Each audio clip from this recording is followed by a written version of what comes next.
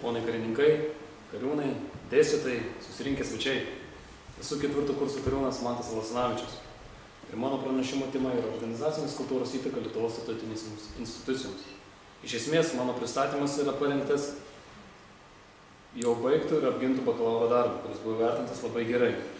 Jo vadovė buvo dėstytoja Aušra Kaminskaitė.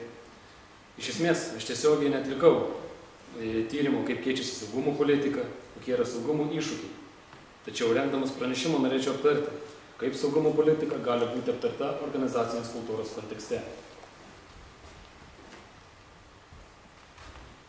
Pradedant nuo to, kas yra organizacinė kultūra. Iš pradžių norėčiau apžvelgti jo sąvoką. Nors daugelis autorių sutinka, kad organizacinė kultūra vis dar yra apibrėžimas aprašomo pobūdžio. Nėra išskirta vienos sąvokos, kokie jinai yra. Dažniausiai yra kalbama, kad tai yra vertybių sistema, jie sąlygoja narių supratimą apie organizacinę kultūrą, kad organizacinė kultūra turi įtakos narių elgesiui, kad organizacinė kultūra yra formuojama, išsaugoma, bet perduodama kitiems darbuotojams. Iš esmės, Gary Dessler yra aptaręs 7 organizacinės kultūros sampratos elementus, per kuriuos yra ir išvystoma organizacinė kultūra. Tai yra novatoriškumas ir rizika, dėmesys detalėms, orientavimas į rezultatus, orientavimas į komandas, orientavimas į žmonės, agresyvumas ir stabilumas. Savo pranešimą labiausiai apžvelgsiu viešo saugumo tarnybos organizacinę kultūrą ir kaip kultūra galėtų pastiprinti saugumo politiką viešo saugumo tarnyboje. Pradedant nuo to, kokią kultūrą aptikau viešo saugumo tarnyboje. Iš esmės, kaip daugelis statutinių organizacijų viešo saugumo tarnyboje yra tam tikros standartinės procedūros. Tai yra tam tikri veiksmai, kaip karys turėtų elgtis tam tikroje situacijoje. Grįžtamasis ryšys yra iš tikrųjų gan ilgas, kadangi yra aukšta hierarchinė sistema. Ta patį sąlygoja ir tai, kad ilgas yra sprendimų priimimo procesas. Dėl aukštos hierarchinės sistemos nuo sprendimų priimimo pradžios iki užbaigimo yra ilgas procesas. Kaip daugelis statutinių organizacijų, darbai yra apibrėžti įstatymais ir įsakymais. Tačiau vadovybė skiria mažai dėmesio organizaciniai kultūrai. Tirdamas įskyriau 7 svarbiausios organizacinės kultūros elementus viešo saugumo tarnyboje. Respondentų klausdamas, kaip jie supranta šios elementus. Iš esmės buvo tokie atsakymai, kad pareigūnai tarnyboje yra mažai skatinami, nepriima savarankiškų sprendimų, neteikia pasiūlymų dėl procedūrų gerinimo, užduočių atlikimų.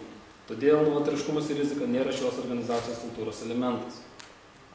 Išskiriant dėmesį detalėms, pareigūnams labiausiai pavyko išskirti tai, kad jų naudojimo kalboje nėra vartojami keiksmažodžiai, yra naudojama švari kalba. Didžioji pareigūnų dalis atpažįsta, kad atliekant darbinės užduotis, svarbiausia yra orientuotis į veiklos kokybę. Tai yra, darbuotojai viešo saugumo tarnyboje yra visada orientuoti į savo galutinį rezultatą. Tačiau darbuotojams viešo saugumo tarnyboje prasčiau sekėsi įvertinti orientavimą į komandas. Kadangi darbuotojai nenustatė, kaip yra orientuojami jie, ar komandomis, ar grupėmis. Agresyvumas. Agresyvumas dažniausiai sąlygomas taip, kaip yra skatinami darbuotojai siekti karjeros. Dėl tam tikros situacijos viešo saugumo tarnyboje, kai yra mažas darbuotojų skaičius, karjeros yra siekti labai mažai galimybių. Todėl agresyvumas nėra šios organizacijos kultūros elementas. Ir stabilumas pasižymi tuo, kad yra atnaujinamos tam tikros standartinės procedūros, etiški bendravimo būdai su klientais bei rengiamos darbuotojų gerinimo sąlygos, kas darbuotojams daro teigiamą įtaką. Šiek tiek plačiau apie darbuotojų vertybės. Iš esmės, mano užklausti respondentai buvo jiems pateikta 13 vertybių. 8 jų buvo išreikštos viešo saugumo tarnybos įstatymai. Tačiau respondentams, nors jie nemažą laiką dirba viešo saugumo tarnyboje, nesisekė įskirti pagrindinių vertybių. Mėlynai matote pabrauktas melagingas mano suformuotas vertybės. Gera žinia ta, kad ištikimybė kaip savo pamatinė vertybė jie įskyrė. Tačiau tai nebuvo organizacijos elementas. Nors iš esmės 76% buvo garantuoti, kad žino organizacijos vertybės. Organizacijos darbuotojų ir vertybių suderinamumas lydi į sėkmingą organizacijos veiklą. Organizacija yra saugesnė, kadangi darbuotojai atitinka jos nuostatas ir vertybės. Darbuotojams yra lengviau reikštis ir būti kartu organizacijoje, kadangi visi darbuotojai siekia to paties tikslo. Sekantis tirtas elementas tai buvo organizacinės kultūros tikslai. Taip pat dalyviams pateikiau iš išvardintų elementų keletą neteisingų. Įvardijant tikslus, 90 respondentų manė, kad žino organizacijos tikslus. Tačiau išskyrė vieną kaip netikrą organizacinės kultūros tikslą, tai yra ekstremalių situacijų atvejais užkirsti kelią pavojams. Įvertinant misiją, 88% respondentų tik galvoja, kad žino organizacijos misijos elementus. Tačiau iš 4 jiems pavyko atrinkti tik vieną. Iš esmės, tikslų ir misijos nežinojimas lydi tai, kad darbuotojai nėra visiškai nustatyti, kokie kryptimi jiems reikia judėti.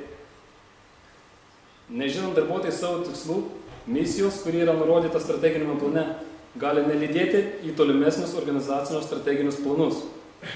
Nepasiekimas tų tikslų ir jų nevykdymas darbuotojus paverčia gan silpnais ir lengvai pažeidžiamais išorės institucijų. Ten, pavyzdžiui, užsienio žvalgybos institucijų, kaip dabar dažnai vyksta verbavimas, kadangi darbuotojai nežino tikslų, nežino misijos, kai kurie darbuotojai nežino savo vertybių, nežino organizacijos vertybių, ar jos sutampa. Iš esmės toks darbuotojas nėra tos organizacijos žmogus. Jei jisai nežino, ar jo vertybės ir organizacijos vertybės atitinka, kokie yra tikslai, kokie yra misija, jisai negalėtų būti tos organizacijos žmogus. Tokį žmogų galima lengvai paveikti. Kalbant apie organizacijos kultūros perdavimą viešo saugumo tarnyboje, išskiriu iš esmės 3 svarbiausius dalykus – žargoną, istorijas ir simbolius. Viešo saugumo tarnyboje dažniausiai naudojamas žargonas tai yra iš esmės darbo kalba, kurią įskiriu, tai yra rusų kalba. Kariuomenėje labai retai tenka išgirsti, kad karininkai, seržantai, kariai naudotų rusų kalbą. Tačiau viešo saugumo tarnyboje vykdomas į tam tikras užduotis kartu su viešo saugumo tarnybos pareigūnais, pastebėjau, kad jie iš esmės mažiau vartoja lietuvių kalbą, daugiau vartoja rusų kalbą. O tai yra tam tikros kultūros, svetimos kultūros įnešimas į savo organizaciją. Dėl tokio dalyko mes pritarėme kitai kultūrai, ją naudojame savo darbovietėje ir tai gali būti dar vienas veiksmas, kodėl mus gali lengviau paveikti, kodėl mus gali užverbuoti, kodėl mes galim atsiduoti į kitų rankas.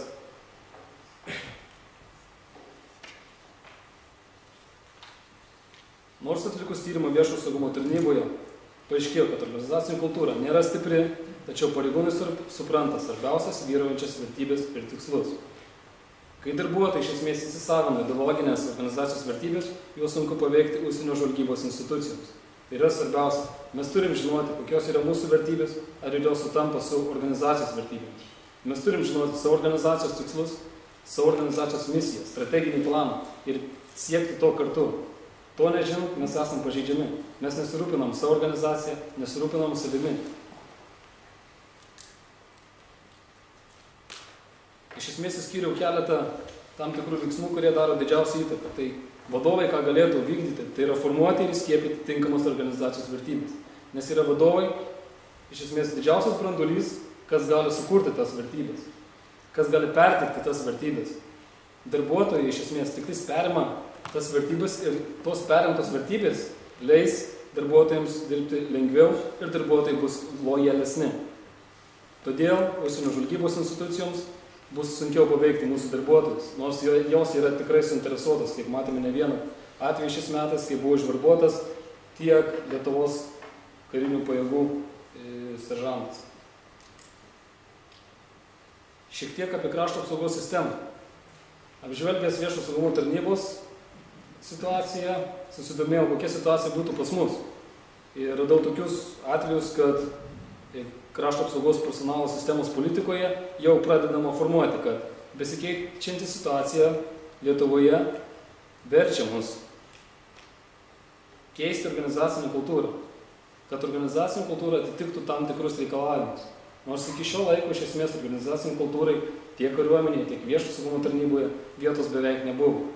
Tai buvo kaip pašalinis veiksnys, kuris daugeliu atveju neturėjo didžiulės įtakos darbuotojams ir jų saugumui.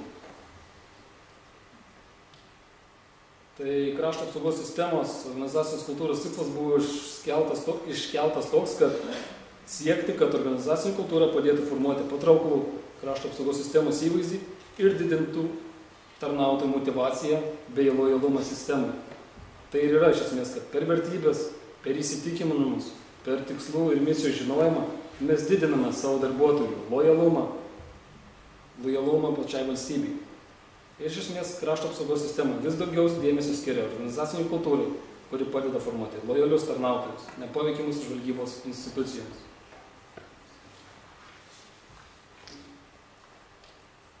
Ačiū už pristatymą.